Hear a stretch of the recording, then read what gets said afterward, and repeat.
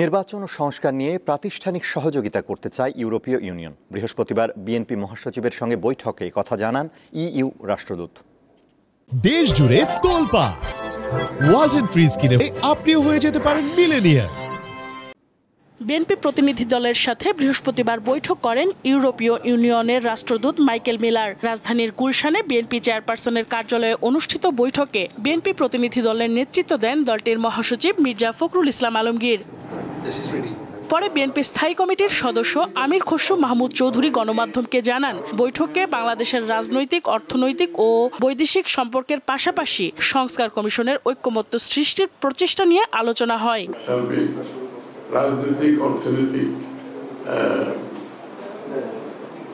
বৈদেশিক সম্পর্ক এবং অবস্থান নিয়ে দীর্ঘ আলোচনা হয়েছে।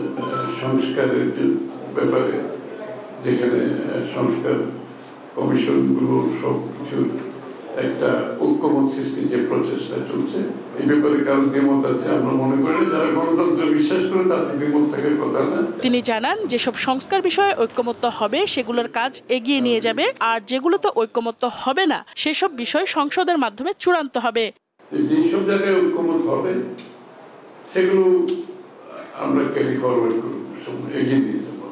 আর যেখানে ঐক্যমত হবে না সেটা সাংবিধানিক হোক, নির্বাচনিক হোক, অন্য কোনো যে কোনো বিষয় হোক, সেটা আগামী নির্বাচনে প্রত্যেকটি দলের অধিকার আছে। তবে জনগণের কাছে নিয়ে যাবে এবং জনগণের সামনে উপস্থাপন করবে। জনগণের মতামত নিয়ে সংসদে এসে আলোচনা হবে, তর্ক হবে, বিতর্ক হবে এবং পাশ হবে। বিএনপির এই নেতা জানান, যত দ্রুত সম্ভব দেশে জনগণের সরকার প্রতিষ্ঠা করা প্রয়োজন।